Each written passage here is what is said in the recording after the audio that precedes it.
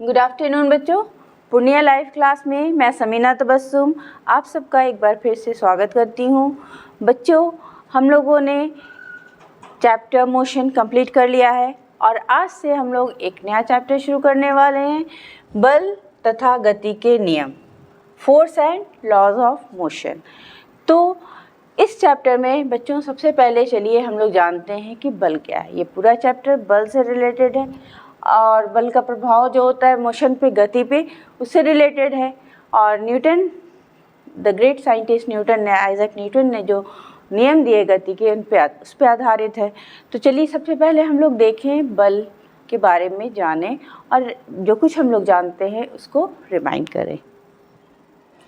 बच्चों, बचपन से हमने जाना है कि पुश और पुल इज़ कॉल्ड फोर्स, यानी जब हम किसी वस्तु को धक्का देते हैं या उसे खींचते हैं तो कहते हैं कि वस्तु पर बल लगा रहे हैं, है ना।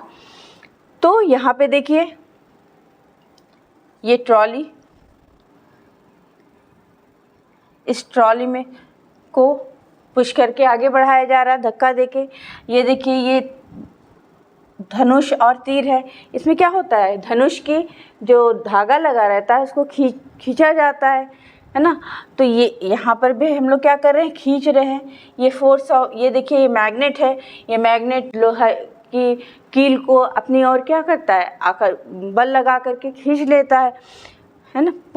और यहाँ पे देखिए, ये एप्पल पेड़ से गिर रहा है और सीधे कहाँ पहुँच रहा है, ज़मीन पे पहुँच रहा है। ना इधर जा रहा है ना इधर जा रहा है, सीधे कहाँ पे पहुँच रहा है, तो ये ज़मीन पे जा रहा है।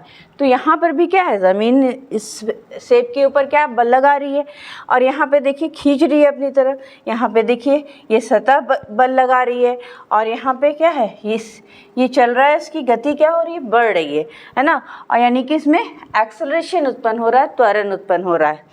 तो ये सब जब ये किसी ख़ास एक समान गति से कोई वस्तु चल रही है और अगर हम लोग उस पर बल लगाते हैं तो या तो उसकी स्पीड, उसकी गति क्या होती है, बढ़ जाती है या फिर घट जाती है।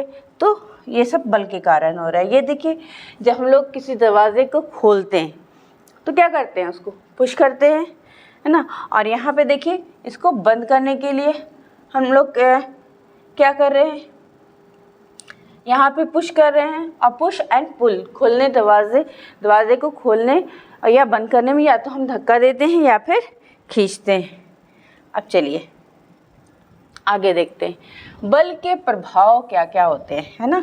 यानी बल के कारण कौन कौन सी बातें हो सकती हैं। तो बल, जब हम लोग किसी रुकी हुई वस्तु पे बल लगाते हैं, जैसे कि यहाँ पे देखिए ये फुटबॉल है, ये रखा हुआ है और इसको आकर के इस बच्चे ने किक किया यानी कि बल लगाया। तो बल लगाने पे क्या हो जाएगा, ये रुकी हुई फुटबॉल क्या होगी, मूव करने लगेगी, है ना, चलने लगेगी, इसमें गति आ जाएगी। तो यहाँ पे हम लोग कह सकते हैं कि बल जो है वो किसी स्थिर वस्तु में गति उत्पन्न कर सकता है। और फिर क्या है कि बल के प्रभाव और क्या क्या हैं, तो बल किसी गतिशील वस्तु को स्थिर बना सकती है, रोक भी सकती है ना। अगर रुकी हुई वस्तु को गति में ला सकती है तो गतिशील वस्तु को रोक भी सकती है, जैसे कि हम लोग गाड़ियों में करते हैं, है ना। जब गाड़ी को रोकना होता है, यानी उसको स्थिर करना होता है, तो हम लोग क्या करते हैं, उसमें ब्रेक लगाते हैं। और ब्रेक क्या होता है, ब्रेक द्वारा हम लोग बल लगाते हैं उसमें। जब बल लगाते हैं तो गाड़ी क्या होती है, रुक जाया करती है। तो बल किसी गतिशील वस्तु को स्थिर कर देता है ना। यहाँ पे देखिए, ये प्लेयर जो है वो ग्लव्स में गतिशील मोशन में थी बॉल, और उसने उससे क्या किया, पकड़ लिया, रोक दिया। तो यहाँ पे गतिशील बॉल जो है वो क्या हो गई, स्थिर हो गई, है ना, रेस्ट में आ गई, विराम में आ गई। और क्या कर सकता है बल किसी भी गतिशील वस्तु की दिशा को बदल सकता है। अब यहाँ देखिए, बॉलर ने बॉल की, है ना, बॉल की फेंकी और ये बैट्समैन के बैट से लगी और बैट्समैन ने बल्ले से बल लगाया और वो फील्ड के अलग अलग हिस्से में चली गई, है ना। तो ये है बल का प्रभाव कि बल किसी वस्तु की गति की दिशा को बदल सकता है। ठीक है, अब और चलिए आगे देखते हैं हम लोग क्या प्रभाव है, क्या क्या इफेक्ट पैदा कर सकता है बल। तो बल किसी गतिशील वस्तु के वेग में परिवर्तन कर सकता है। कोई वस्तु चल रही है, बाइक चला रहे हैं आप, है ना, तो किसी एक समान गति से चल रही है, और जब उसमें एक्सेलरेटर दबाते हैं, एक्सेलरेटर दबा करके हम लोग क्या करते हैं, बल लगाते हैं, तो क्या होता है, उसकी गति बढ़ जाती है, यानी कि गति बढ़ जाती है। या फिर ब्रेक लगाते हैं तो उसकी गति घट जाती है। तो बल लगाने पर गति को बढ़ाया या घटाया जा सकता है। तो इस तरह से बल क्या करता है कि वस्तु के वेग में परिवर्तन ला सकता है। यहाँ पे देखिए ये बॉल है, ये ग्राफ क्या बता रहा है बच्चों, ये कल पिछली क्लासेस में आप लोगों ने देखा था कि ये ग्राफ बता रहा है कि जो बल लगा रहे हैं तो इसकी गति, ये दूरी, विस्थापन और समय के बीच का ग्राफ है। तो ये वस्तु की दोनों के बीच का दूरी और समय के बीच का ग्राफ क्या बताता है, गति को बताता है, वेग को बताता है। तो ये ग्राफ बता रहा है कि वेग जो है बढ़ता जा रहा है, जब इस पर बल लगाया गया तो इसका वेग बढ़ रहा है ना। और क्या कर सकता है बल, तो बल लगाने से वस्तु के आकार में परिवर्तन आ सकता है और उसकी आकृति में, शेप में भी परिवर्तन आ सकता है। जैसे कि यहाँ पे हम लोग देखें कि रबर का बॉल है, इस पे हमने बल लगाया, तो बल लगाया तो क्या हुआ, इसका आकार बदल गया, है ना। ये बिल्कुल राउंड स्फीयर गोले की तरह था और ये एक अंडे की शेप का हो गया, है ना। इसी तरह पत्थर के टुकड़े पे जब हम लोग हथौड़े से बल लगाते हैं तो क्या होता है, छोटे छोटे टुकड़ों में वो बदल जाता है। तो इस तरह से वो क्या हो रहा है, बल लगाने पे उसकी आकृति में परिवर्तन हो जा रहा है। इसके अलावा बच्चों हम लोग जब ड्राइंग रूम में सोफे पे बैठते हैं, स्प्रिंग वाले सोफे पे, तो क्या होता है, स्प्रिंग पे बल लगता है तो सोफ़ा नीचे धंस जाता है ना। तो यहाँ पे भी क्या हो रहा है, उसकी आकृति में परिवर्तन हो रहा है। तो ये सारे प्रभाव है बल के। जब किसी वस्तु पे बल लगता है तो वो उसमें कौन कौन सी परिवर्तन, चेंजेस ला सकता है। अब चलिए देखिए बल की संकल्पना, ज़रा सोचिए कि बल क्या है ना। ये देखिए, ये एलिफेंट है, हाथी है, इसका मास, द्रव्यमान कितना दिया हुआ है, 1000 किलोग्राम है।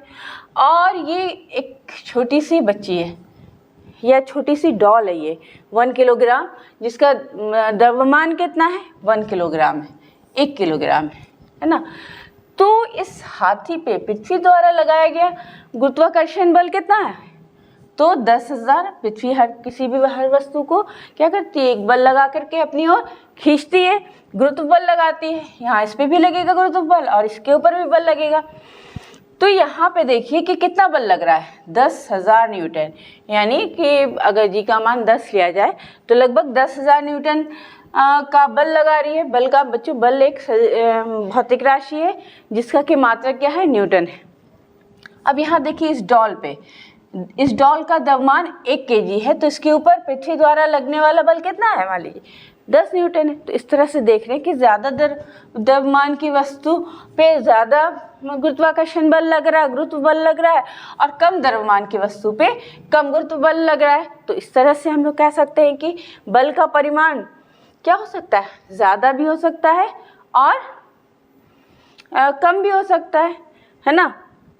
तो बच्चों हम लोगों ने क्या पढ़ा था, वे कोई भी राशि जिसको हम लोग माप सकते हैं, मेज़र कर सकते हैं, ज़्यादा या कम बता सकते हैं, वैसी राशियाँ कौन सी राशियाँ कहलाती हैं, वो है भौतिक राशियाँ, है ना। तो बल भी एक भौतिक राशि है। तो जब भौतिक राशि है तो 2 प्रकार की भौतिक राशियों के बारे में पढ़ा था हम लोगों ने, सदिश।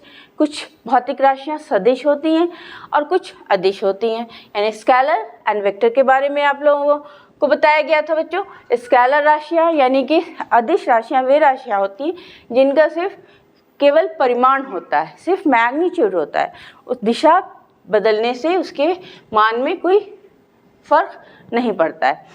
और क्या है कि और सदिश राशियाँ वे होती हैं जिसमें दिशा और परिमाण दोनों होते हैं। तो यहाँ पे देख रहे हैं कि चलिए हम लोग बल के बारे में देखते हैं कि बल क्या है, सदिश राशि है या अदिश राशि। इसके बाद तो अब बल अधिक या कम लग सकता है, इसका मतलब ये तो क्लियर हो गया कि ये क्या है, बल को परिमाण है ना। ये एक भौतिक राशि है। अब वो भौतिक राशि क्या है, ये देखिए, ये फुटबॉलर ने किक कर रहा है इसको, एक खास डायरेक्शन में, दिशा में इसको, उसने इस पर बल लगाया तो बॉल में गति आई, इस दिशा में बॉल घूमी। अगर वो कि दूसरी दिशा में बल लगाता है ना, बल तो नहीं लगा रहा है अगर, और दूसरी दिशा में, किसी और दिशा में लगता है इसके ऊपर बल, तो ये बॉल किसी और दिशा में घूमती है ना।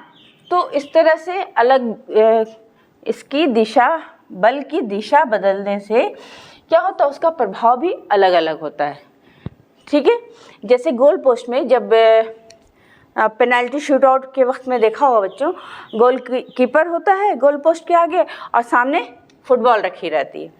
अब वहाँ पे उसको वन शॉट में गोल करना होता है और गोलकीपर को बचाना होता है। तो फुटबॉलर आता है, वो कभी सीधे किक कर देता है तो वो सीधे बिल्कुल चली जाती है गोल पोस्ट में, और कभी दाहिने तरफ किक करता है तो वो दूसरे एंड पे चली जाती है गोल पोस्ट के, और कभी इधर करेगा तो इस एंड पे जाएगी। तो इस तरह से अलग अलग दिशा में बल लगने पे उसका प्रभाव भी क्या होता है, अलग अलग होता है। तो इस तरह से हम लोग क्या देखते हैं कि बल में परिमाण तो है ही और साथ साथ दिशा भी है, क्योंकि दिशा बदलने से इसके इफेक्ट में इसके प्रभाव भी बदल जाता है। तो इस तरह से हम लोग कह सकते हैं कि बल एक सदिश राशि है, एक वेक्टर क्वांटिटी है।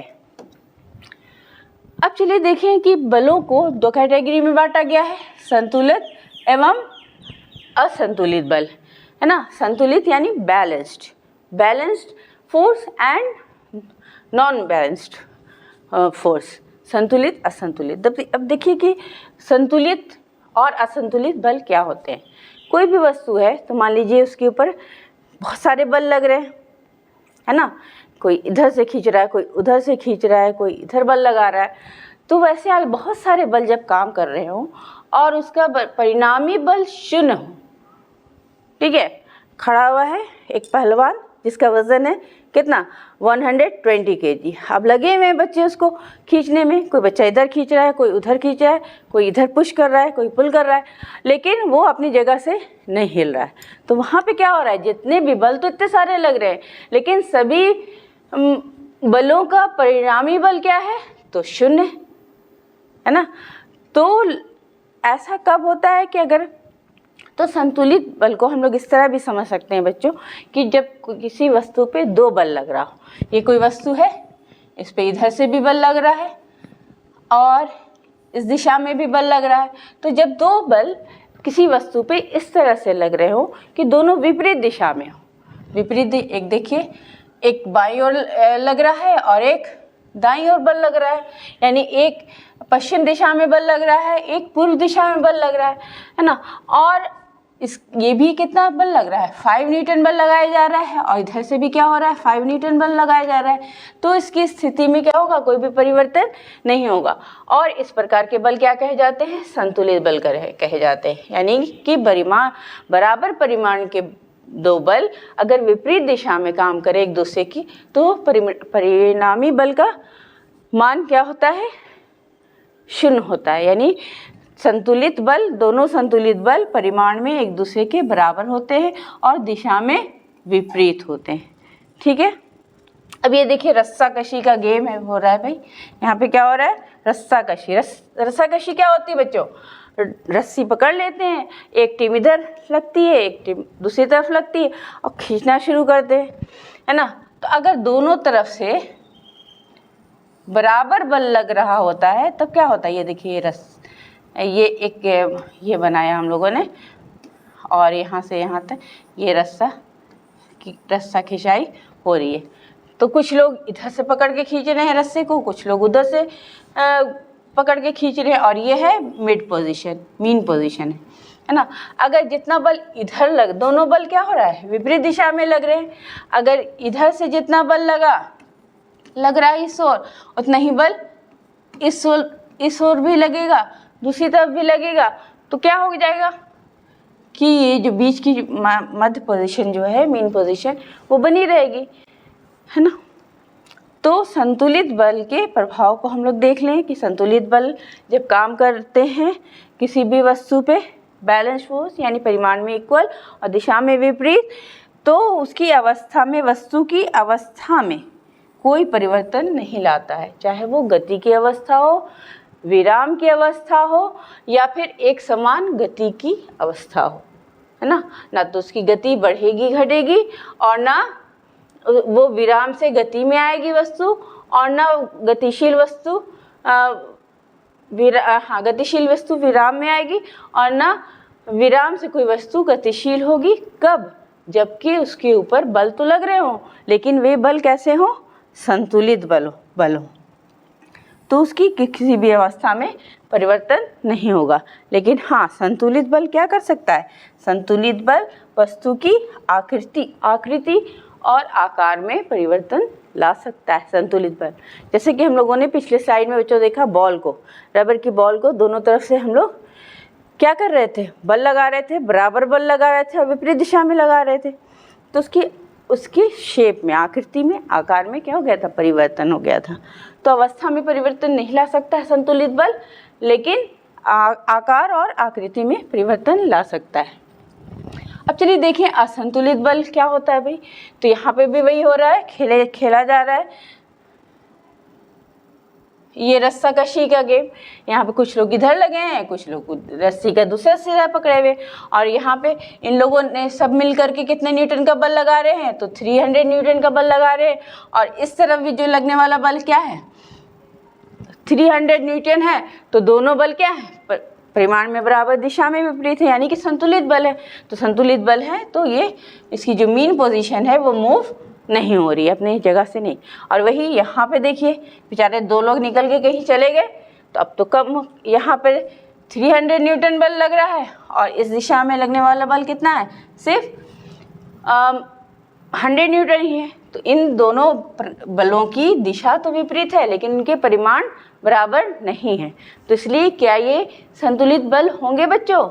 ये दोनों बल नहीं, ये संतुलित बल नहीं है, असंतुलित बल हैं। जब दो बल विपरीत क्या परिमाण, या तो परिमाण अलग हो या फिर उनकी दिशा अलग हो, तो वे कैसे बल कहलाते हैं? तो वे कहलाते हैं असंतुलित बल कहलाते हैं। अब देखिए, जितने भी हम लोगों ने बल के प्रभाव देखे बच्चों, कि ये स्थिर वस्तु को गतिशील कर सकता है ना, कर देता है, और गतिशील कोई वस्तु ऑलरेडी मोशन में है, गति में है, तो उसके वेग को बढ़ा सकता है, और किसी भी गतिशील वस्तु के वेग को कम भी कर सकता है, गतिशील वस्तु को रोक सकता है, चलती वस्तु को रोक सकता है, और आकृति और आकार में परिवर्तन कर देता है। तो ये सारे प्रभाव जो हम लोगों ने देखे थे, उसमें से ये यहाँ तक जितने अवस्था से रिलेटेड जो प्रभाव है वो तभी काम करता है जब किसी वस्तु पे असंतुलित बल, बहुत सारे बल कार्य कर रहे हैं और वे असंतुलित बल हैं, बैलेंस्ड नहीं है ना, तभी उसकी अवस्था में परिवर्तन होगा।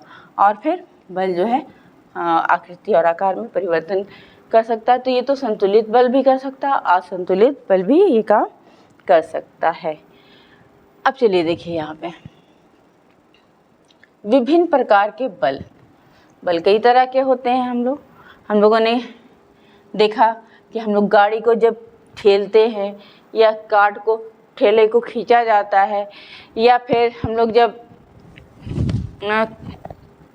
पृथ्वी द्वारा लगाया गया बल है ना, चुंबक से हम लोग खेलते हैं, बच्चे खेलते हैं ख़ास तौर पे, उसको ले जाते हैं कांटे के नज़दीक ले जाते हैं और कांटे के से दूर करते हैं, तो जब नज़दीक ले जाते हैं तो वो उसको खींच लेता है। तो अलग अलग तरह के बल हम का एग्जाम्पल, उदाहरण हम लोग अपने आसपास देखते हैं। तो चलिए हम लोग देखते हैं कि उसको कैसे कैटेगराइज किया गया है, किन किन प्रकार के बलों में उसको बांटा गया है। तो सबसे पहले मुख्य रूप से बल को दो कैटेगरी में बांटा गया है, स्पर्श बल और दूरी पर क्रिया बल। इसको बच्चों हम लोग कहते हैं कांटेक्ट फोर्स या फिर नॉन कांटेक्ट फोर्स। स्पर्श बल हुआ कांटेक्ट फोर्स, यानी कि बल लगता है जब एक वस्तु दूसरी वस्तु के कांटेक्ट में आती है, स्पर्श में आती है और उस पर क्या करती है, बल लगाती है। और नॉन अस्पर्श बल या फिर इसको कहते हैं दूरी पर क्रिया बल, यानी कि दो वस्तुएं दूरी पर है ना, फिर भी उनके बीच क्या हो रहा है, बल लग रहा है, आकर्षण बल या विकर्षण बल काम कर रहा है, तब हम लोग इसको कहेंगे कि दूरी है फिर भी बल कार्य कर रहा है, और इसको दूरी पर क्रिया बल या फिर force action at a distance कहते हैं, है ना। और अस्पर्श बल भी कहते हैं, नॉन कॉन्टैक्ट फोर्स भी कहते हैं। तो यहाँ पे देखिए कि जो बल वस्तुओं के भौतिक स्पर्श में, जैसे कि यहाँ पे इस बॉक्स को ठेला जा रहा है, तो जब बॉक्स को स्पर्श किया जा रहा है तभी वो उस पर बल लगा, स्पर्श करके उसके ऊपर बल लगाया जा रहा है। और यहाँ पे मैग्नेटिक फोर्स में देखिए ये साउथ पोल नॉर्थ पोल एक दूसरे को क्या कर रहा है, अट्रैक्ट कर रहा है, लेकिन दोनों कांटेक्ट में तो नहीं है, दूर से ही एक दूसरे पे बल लगा रहा है, बिना कांटेक्ट में आए हुए, बिना स्पर्श में आए हुए। उसी तरह ये नॉर्थ पोल है, तो दोनों पोल क्या होंगे, सेम पोल एक दूसरे को रिपेल करते हैं, विकर्षित करते हैं। और यहाँ पे भी बल लग रहा है, लेकिन कौन सा बल लग रहा है, तो अस्पर्श बल, नॉन कॉन्टैक्ट फोर्स लग रहा है, दूरी पर क्रिया बल लग रहा है, या फिर यूँ कह लें कि एक्शन एट ए डिस्टेंस काम कर रहा है।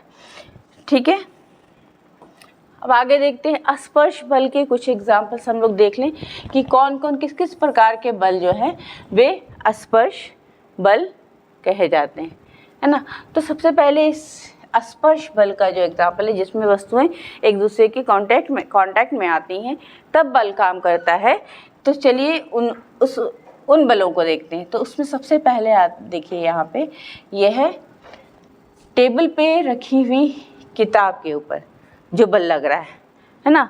कोई वस्तु किताब को रख रहे हैं, तो किसी भी सतह पे वस्तु को रखते हैं तो जो सतह होती है वो उस वस्तु पे ऊपर की दिशा में लंबवत ऊपर की ओर क्या करती है, बल लगाती है ना। और इस बल का मान क्या होता है कि डिपेंड करता है कि जो सतह, जिस सतह पे हम लोग वस्तु को रखते हैं उसकी हार्डनेस पे डिपेंड करता है ना। अगर ये सतह जो है वो जितनी हार्ड होगी उतना ही अधिक अभिलंब बल काम करेगा, है ना। और अगर सतह हार्ड नहीं होगी तो उसके ऊपर कम अभिलंब बल काम करेगा। अब देखिए इस अभिलंब बल का क्या काम है, बुक को हमने यहाँ पे रखा तो इसके ऊपर क्या होगा, नीचे की ओर क्या लगेगा, गुरुत्वाकर्षण बल लगेगा, है ना। तो जब पृथ्वी इस पे गुरुत्वाकर्षण बल लगाएगी तो ये क्या होगा, ये बुक पे नीचे की ओर बल लगेगा। तो उस बल को बैलेंस करने के लिए सतह जो है ऊपर की ओर एक बल लगाती है, जिसके कारण ये वस्तु जो है वो नीचे नहीं गिरती है। यही अगर ये तो यहाँ पे लकड़ी का टॉप है बच्चों, अगर टेबल कार्डबोर्ड से हम लोग किसी तरह टेम्परेरी कार्डबोर्ड लगा करके करें, पतले कूट को रख दें इस सरफेस की जगह, तो वहाँ पे क्या हो गई, उसकी सतह जो है वो हार्ड हो गई। तो जब इसको पतला प्लाईवुड या पतला कार्डबोर्ड रख देंगे तो क्या होगा, उस पर अभिलंब बल तो कार्य करेगा ऊपर की तरफ, है ना। लेकिन नीचे लगने वाला जो गुरुत्वाकर्षण बल है उसका मान उससे बहुत ज़्यादा होगा। तो जब ऐसी कंडीशन आती है तो क्या होता है, ये इसको जो अभिलंब बल है ये नीचे की तरफ लगने वाले बल को बैलेंस नहीं कर पाता है और उसकी सतह जो है वो मुड़ जाती है, इस तरह से धंस जाता है। ये कार्डबोर्ड जो है क्या होगा, धंस जाएगा। अगर कब, जबकि अभिलंब बल का मान कम होगा, और हार्ड सरफेस है तो अभिलंब बल का जो भी मान है वो नीचे लगने वाले गुरुत्वाकर्षण बल को बैलेंस कर लेता है। अब उसी तरह देखिए एक और बल है, चलिए देखते हैं कि तनाव बल क्या होता है। ये भी कॉन्टैक्ट फोर्स का ही उदाहरण है। यहाँ पे देखिए ये जो रस्सी है, रस्सी से पत्थर का टुकड़ा को बांध के लटकाया गया है, तो यहाँ पे भी क्या होगा, इस पत्थर के टुकड़े के ऊपर बल लगा रही है, गुरुत्व बल लग रहा है नीचे की तरफ, तो इसको तो नीचे गिर जाना चाहिए, लेकिन फिर भी ये यहाँ पे टिका हुआ है। तो कैसे टिका हुआ है, तो इस लगने वाले बल को कोई तो बल है जो इसको संतुलित कर रहा है ना। तो वो बल कौन है, तो वो बल है टेंशन बल, जो कि कौन लगा रहा है, वो डोरी पे लगता है जो जिससे कि वो पत्थर लटका होता है। तो ये जो भार है यानी कि गुरुत्व बल नीचे की ओर काम कर रहा है, और इसको बैलेंस करने के लिए ये जो डोरी है ऊपर की तरह, ये पॉइंट ऑफ सस्पेंशन है, यानी वो बिंदु जिससे कि हम लोग डोरी को लटकाते हैं उसकी दिशा में ये जो टेंशन फोर्स, इसको टी से देखा है, तनाव बल या फिर टेंशन फोर्स, वो किस दिशा में काम करता है, तो पॉइंट ऑफ सस्पेंशन यानी जिस बिंदु से डोरी को लटकाया जाता है उसकी दिशा में काम करता है। तो ये है बच्चों टेंशन फोर्स। अब चलिए और देखते हैं घर्षण बल। घर्षण बल क्या होता है, तो घर्षण जब एक वस्तु किसी सतह पे मूव करती है ना, तो वो जो जिस सतह पे वो मूव कर रही होती है वो मूव करने वाली वस्तु के ऊपर बल लगाती है। और किस दिशा में बल लगाती है, तो जिस दिशा में वस्तु गति कर रही होती है उसकी विपरीत दिशा में सतह द्वारा लगाया गया बल ही क्या कहलाता है, घर्षण बल कहलाता है। यहाँ पे देखिए, यहाँ पे इस डब्बे को मूव कराया जा रहा है ये ग्राउंड के ऊपर, तो ग्राउंड के ऊपर जब ज़मीन के ऊपर इसको मूव किया जा रहा है तो ये गति में आ रही है, लेकिन इसके ऊपर जो सतह है, ये ज़मीन की सतह, वो उल्टे डायरेक्शन में एक बल लगाती है, जिससे आपको इसको स्लाइड करने में क्या होता है, कठिनाई होती है। और यही बल क्या कहलाता है, फोर्स ऑफ फ्रिक्शन। तो बच्चों फोर्स ऑफ फ्रिक्शन या फिर घर्षण बल जिसको कहते हैं वो किस चीज़ पे डिपेंड करता है, ये सरफेस सतह जो है जितनी चिकनी होगी या रफ होगी, रफ होने पे फ्रिक्शन का मान अधिक हो जाता है, घर्षण का मान अधिक हो जाता है। मतलब ऊपर नीचे, रफ का मतलब क्या हुआ कि ऊपर नीचे है, समतल नहीं है सतह। वही अगर चिकनी सतह है तो उसके ऊपर आसानी से आप बॉक्स को स्लाइड कर सकते हैं। क्यों? क्योंकि उस पर लगने वाला घर्षण बल कम होता है। तो घर्षण बल का मान अधिक होता है रफ सतहों पे, और घर्षण बल ये जो घर्षण बल गति की अपोजिट दिशा में काम करता है उसका मान कम होगा। कब? जबकि सतह जो है वो कैसी हो, चिकनी हो। तो घर्षण बल किस दिशा में काम करता है, तो गति की विपरीत दिशा में काम करता है, और ये बल कौन लगाता है, वो सतह लगाती है जिसके ऊपर कोई भी वस्तु मूव कर रही हो, है ना। और ये डिपेंड करता है सरफेस की स्मूथनेस या रफनेस पे। अब चलिए देखते हैं कि जो हमने दो प्रकार के बलों का को कैटेगराइज किया था कि कांटेक्ट फोर्स और नॉन कांटेक्ट फोर्स, स्पर्श बल, अस्पर्श बल, या फिर उस अस्पर्श बल को ही हम लोगों ने कहा था दूरी पर क्रिया बल। तो देखिए उसका एग्जाम्पल क्या क्या है, ये देखिए मैग्नेटिक फोर्स। मैग्नेट क्या है, कीलों पे iron substance, iron cobalt nickel से बनी हुई चीज़ों को क्या करता है, अपनी ओर बल लगा करके आकर्षित करता है। तो यहाँ पे ये सारी वस्तुएं क्या है, देखिए इन सब में कोई भी कांटेक्ट में नहीं है ना, कांटेक्ट में नहीं है फिर भी बल लग रहा है। तो ये किस बल का एग्जाम्पल हो गया, एक्शन एट ए डिस्टेंस या नॉन कांटेक्ट फोर्स का।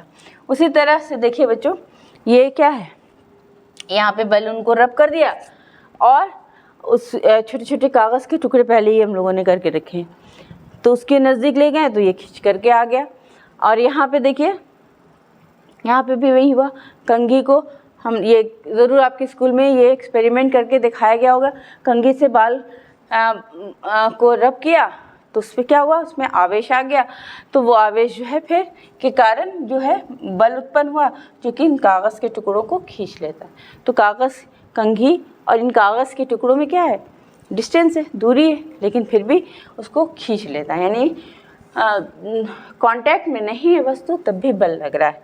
तो इस प्रकार इसको कौन सा बल कहते हैं बच्चों, इसको कहते हैं स्थिर विद्युतीय बल या फिर इलेक्ट्रोस्टैटिक फोर्स कहते हैं।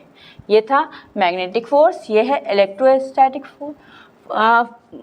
फोर्स या फिर स्थिर वैद्युत बल भी कहते हैं इसको।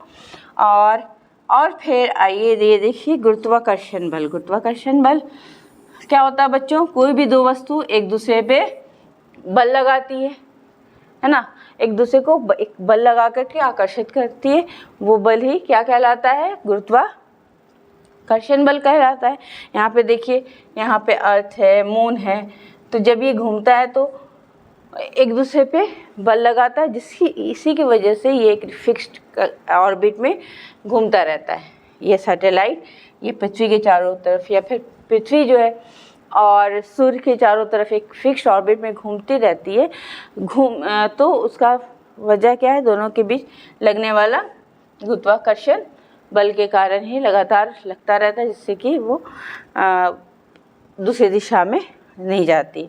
तो ये गुरुत्वाकर्षण बल में भी दो वस्तुएं क्या है, कांटेक्ट में नहीं है, लेकिन उनके बीच बल काम कर रहा है। तो इस तरह का बल नॉन कांटेक्ट बल का एग्जाम्पल है। तो इस तरह से हम लोगों ने देखा कि magnetic force, electrostatic force, gravitation force, ये सब किसके एग्जाम्पल है, तो नॉन कांटेक्ट फोर्स के बराबर है। तो बच्चों हम लोगों ने बल के बारे में जान लिया। अब चलिए बल तथा गति के नियम, आपके चैप्टर का टॉपिक क्या है, बल तथा गति के नियम। तो चलिए हम लोग देखते हैं थोड़ा गति के नियमों को, कि गति के बारे में क्या कहा है हमारे वैज्ञानिकों ने।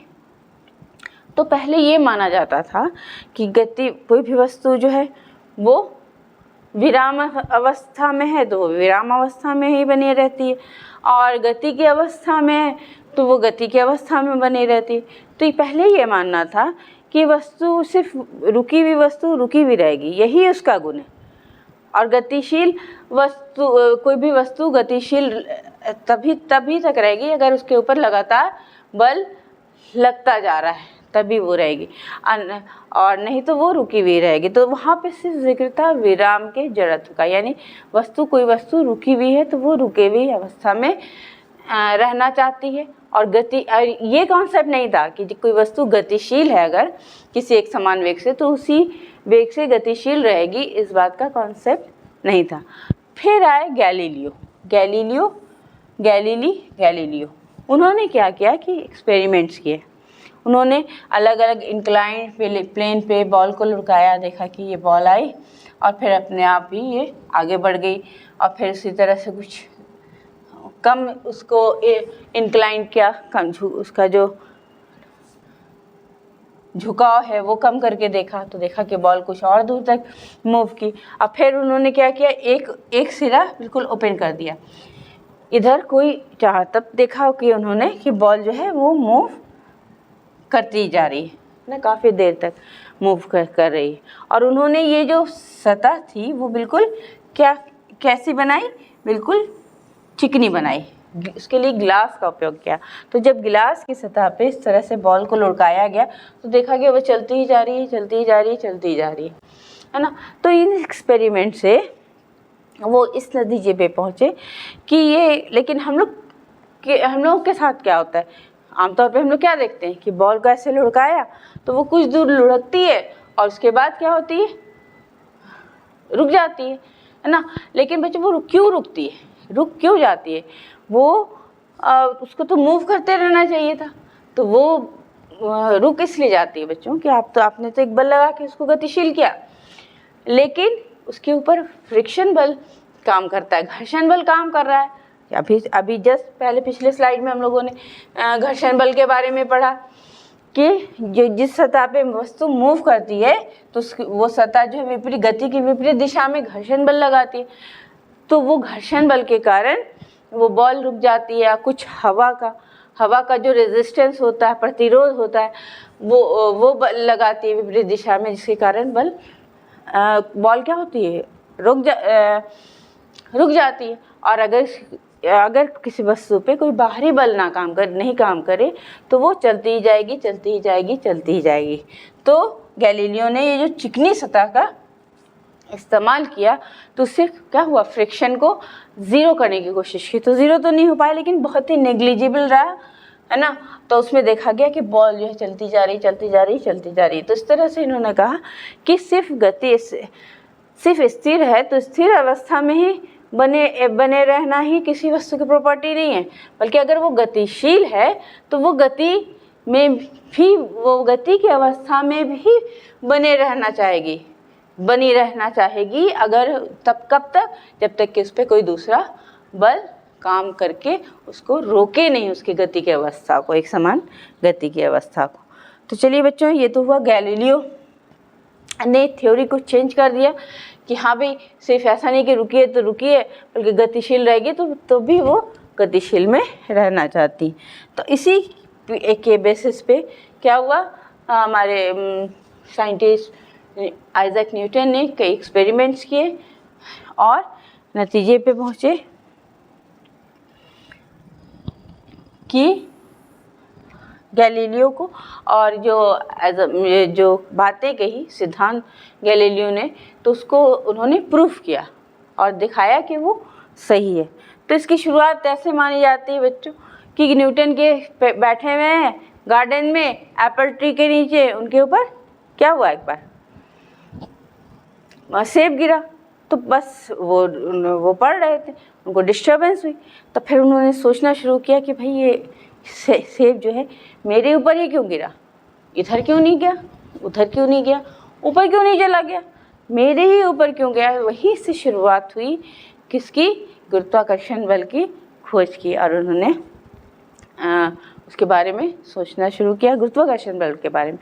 तो लेकिन जो गति से रिलेटेड जो नियम हैं उनके बारे में न्यूटन ने क्या किया, अध्ययन किया और फिर रिजल्ट पे पहुँचे, और रिजल्ट के रूप में उन्होंने क्या दिया, गति के तीनों नियम दिए, है ना। ये देखिए यहाँ पे एक्शन रिएक्शन, गति का तीसरा नियम है कि अगर हम किसी वस्तु पे धक्का लगा रहे हैं तो वो वस्तु भी बराबर परिमाण में हमारी ओर धक्का लगाएगी। और देखिए बच्चों इसमें क्या है कि अब चलिए देख लें कि न्यूटन की गति का प्रथम नियम क्या कहता है। तो ये गैलीलियो ने जो एक्सपेरिमेंट्स किए उस पर बेस्ड न्यूटन ने ये नियम, इस नियम को दिया। और इस नियम में क्या कहा जा रहा है कि कोई वस्तु अगर स्थिर अवस्था में तो वो स्थिर अवस्था में बने रहना चाहेगी, और अगर कोई वस्तु गति अवस्था में, एक समान गति की अवस्था में है तो वो उसी गति से, उसी वेग से चलते रहना चाहेगी जब तक कि उसके ऊपर कोई बाहरी असंतुलित बल कार्य ना करे। अगर इसके ऊपर अपने अवस्था में परिवर्तन नहीं करना चाहती कोई भी वस्तु, जब तक कि उस पर कोई बाहरी असंतुलित बल कार्य ना करे। यही है न्यूटन का प्रथम गति नियम, है ना। और इस नियम को जड़त्व का नियम, यहाँ से बच्चों अब हम लोगों ने देखा कि वस्तु रुकी हुई है तो रुकी हुई रहना चाहती है, गतिशील है तो गति में बना रहना चाहती है। तो किसी भी वस्तु की इस गुण को, इस विशेषता को क्या कहते हैं हम लोग, इसको कहते हैं जड़त्व कहा जाता है। वस्तु का जड़त्व कहा जाता है, जड़त्व कहा जाता है, या फिर इंग्लिश में क्या कहते हैं इसको, इनर्शिया कहते हैं, है ना, इनर्शिया कहते हैं।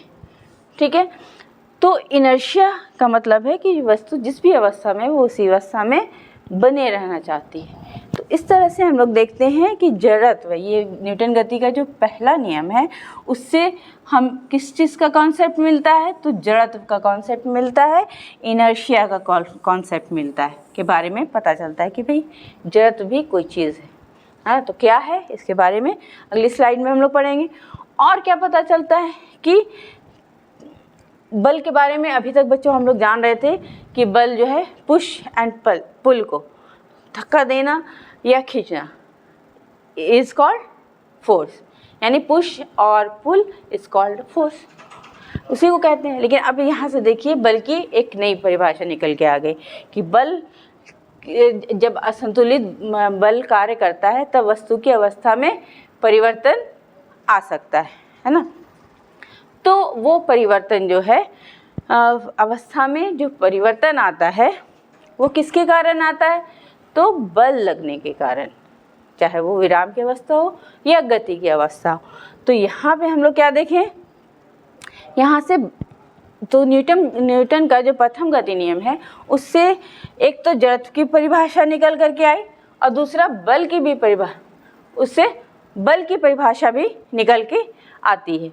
यानी कि बल वो का, यहाँ से हम लोग एक नई डेफिनेशन पाते हैं बल की, कि बल वह कारक है जो किसी वस्तु की एक समान गति की अवस्था या विराम की अवस्था या फिर गतिशील वस्तु को गतिशील कर सकती है ना, उसकी अवस्था में परिवर्तन ला सकती है।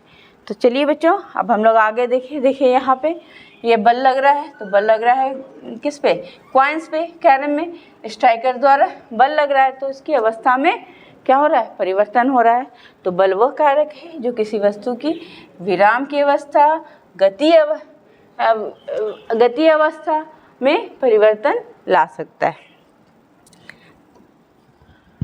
अब चलिए देखिए हम लोग जड़त्व, हम लोगों ने बच्चों जड़त्व का जिक्र किया कि जड़त्व क्या है। तो जड़त्व जो है वो किसी वस्तु का गुण है जिसके कारण वह अपनी विरामावस्था या एक सरल रेखा में एक समान गति की अवस्था में परिवर्तन का विरोध करती है। तो जड़त्व दो प्रकार के होते हैं, जैसा कि हम लोगों ने कहा कि विराम की अवस्था को भी बनाए रखना चाहती है, अगर विराम में है तो, गति में है तो गति की अवस्था को बनाए रखना चाहती है कोई भी वस्तु अपनी। तो इस तरह से जड़त्व के भी हम लोग दो प्रकार को देखते हैं। कौन सा जड़त्व, गति का जड़त्व और विराम का जड़त्व, गति का जड़त्व और विराम का जड़त्व, ठीक है। तो विराम का जड़त्व और गति का जड़त्व। तो विराम का जड़त्व क्या होता है, मान लीजिए देखिए कि आप खड़े हैं एक जगह पे, ठीक है, आप एक जगह पे खड़ी है। फिर इस एग्जाम्पल में देखिए आप, यहाँ पे गिलास है, गिलास के ऊपर क्या है, कार्डबोर्ड रखा हुआ है और इसके ऊपर कॉइन रखा हुआ है। तो ये तीनों क्या है, विराम में है, तो सबके अंदर क्या है, विराम का जड़त्व है, ठीक है। लेकिन किसी तरह आप जब इसको हिट कर देते हैं, अचानक बल लगाते हैं, तो बल लगाने से ये जो कार्ड है वो तो क्या होता है, गति में आ जाता है, वो मोशन में आ जाता है। लेकिन विराम के जड़त्व के कारण ये सिक्का जो है वहीं बना रह जाता है और फिर कार्ड के हटते ही वो क्या होता है, गिलास में गिर जाता है। बच्चों इसको हम लोग नेक्स्ट क्लास में करेंगे, ये एक्सपेरिमेंट करके देखेंगे। या यहाँ पे ये इस तरह से देख सकते हैं बच्चों, ये है और इसके ऊपर हम लोग अगर कोई कार्डबोर्ड रख दें और इसको झटका दें हल्के से, तो क्या होगा, कार्डबोर्ड तो मूव करेगा। इसको हम लोग इस तरह से करके देख सकते हैं, ये है ना, इसके ऊपर ये हील रखी हुई है, इसको और स्टिफ रहेगा। हल्का सा कार्ड रख के देखिएगा और उसके ऊपर रख दीजिएगा कॉइन, झटके से मारिएगा तो कार्ड मूव करेगा, लेकिन वो सिक्का जो है, सिक्का जिसमें कि विराम का जड़त्व होगा वो मूव नहीं करेगा और कार्ड के हटते ही ये सिक्का कहाँ पहुँच जाएगा, इस ग्लास के अंदर पहुँच जाएगा, है ना। तो ये है विराम का जड़त्व। उसी तरह गति का जड़त्व का भी एग्जाम्पल हम लोग देखते हैं कि जब हम लोग गाड़ी पे कार पे जब बैठे रहते हैं तो गतिशील है कार गतिशील है और साथ साथ आपकी बॉडी भी, आप भी गतिशील हैं। तो आपके अंदर क्या है, कौन सा जड़त्व है उस वक्त, गति का जड़त्व है ना। लेकिन जब अचानक ब्रेक लेते हैं तो आप गाड़ी तो रुक गई, आपके बॉडी का जो लोअर पार्ट है ना, वो तो रुक गया। लोअर पार्ट ब्रेक लेते के साथ गाड़ी रुकी तो आपके लोअर पार्ट भी रुक गया, लेकिन आगे का पार्ट जो है वो गति के जड़त्व के कारण क्या होगा, आगे की ओर बढ़ जाएगा और आपको आगे की तरफ, अगर सही से पकड़ के नहीं बैठे हैं तो आगे आपको सीट से टकरा जाएंगे, आपको चोट लग सकती है। तो ये है गति का जड़त्व का उदाहरण। अब चलिए दैनिक जीवन में, चलिए वही जिसका जिक्र अभी बच्चों हम लोगों ने किया कि विराम दैनिक जीवन में जड़त्व का उदाहरण। तो दो प्रकार के हम लोगों ने जड़त्व देखे, विराम का जड़त्व और गति का जड़त्व।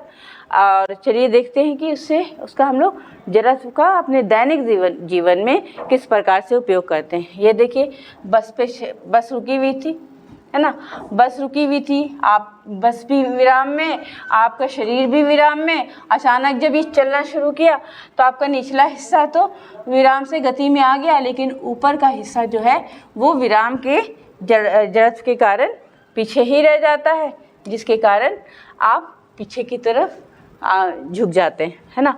और क्या है कि कंबल को तेज़ी से झटकने से, वो तेज़ी से झटकते हैं, है ना, तो क्या होता है, धूलकण नीचे गिर जाते हैं, कंबल विराम में, धूलकण विराम में, और जब अचानक आप कंबल को झटकते हैं तो कंबल गति में आ गई, लेकिन धूल के कण विराम के जड़त्व के कारण नीचे गिर जाते हैं। और छड़ी से पीट कर दरी की धूल का झरना, वही रीज़न है बच्चों, धूल और दरी दोनों विराम में, एक छड़ी से पीट के दरी को गति में लाया जाता है, लेकिन विराम के जड़त्व के कारण जो धूलकण है वो नीचे गिर जाते हैं।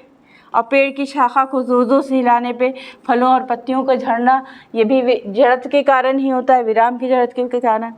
कांच की खिड़की पर बंदूक से दागी गई गोली, है ना, ये कोई कांच की खिड़की है, इस पर अगर बंदूक की गोली दाग रहे हैं तो ये पूरा शीशा नहीं चटकता, बल्कि जहाँ से गोली पास करती है वहीं पर उतना ही पार्ट जो है वो क्रैक होता है।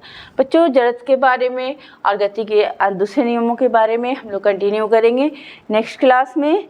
तब तक के लिए जय हिंद।